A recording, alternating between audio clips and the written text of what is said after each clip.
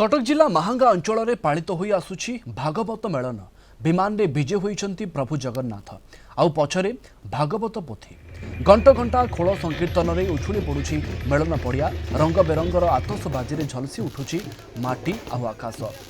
कार्तिक पूर्णिमा ठारू आरंभ होई अष्टमी पर्यंत चले एही मेलन।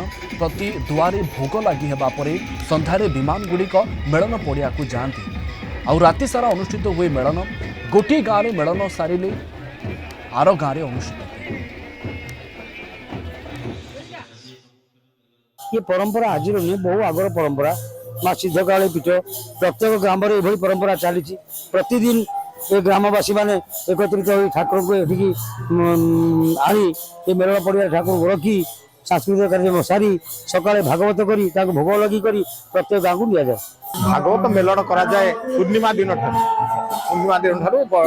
बढ़िया हूँ अष्टमी पर बढ़ी ये हूँ मिनिमम 100 वर्ष ऊर्धर अनुष्ठान विभिन्न आड़ू आसती। पूर्णमी ठारू आरंभ हो गला अष्टमी नवमी जाकर सर 52 जगार महांगा निर्वाचन महांगा ब्लॉक 52 जगार हो सबू जगार यही प्रकार आनंद गाँ गाँ बोली ठाकुर भोग खाऊँ पिला छुआ समस्त भोग घरे घरे आमरे गाँ ठारे प्राय 60 घर भोग 3 दिन भर खाइबे ठाकुर।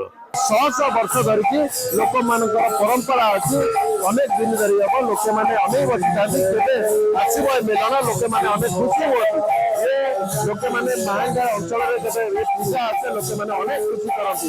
कटक जिला महांगा सुभाष बसंतराय कलिंग टीवी।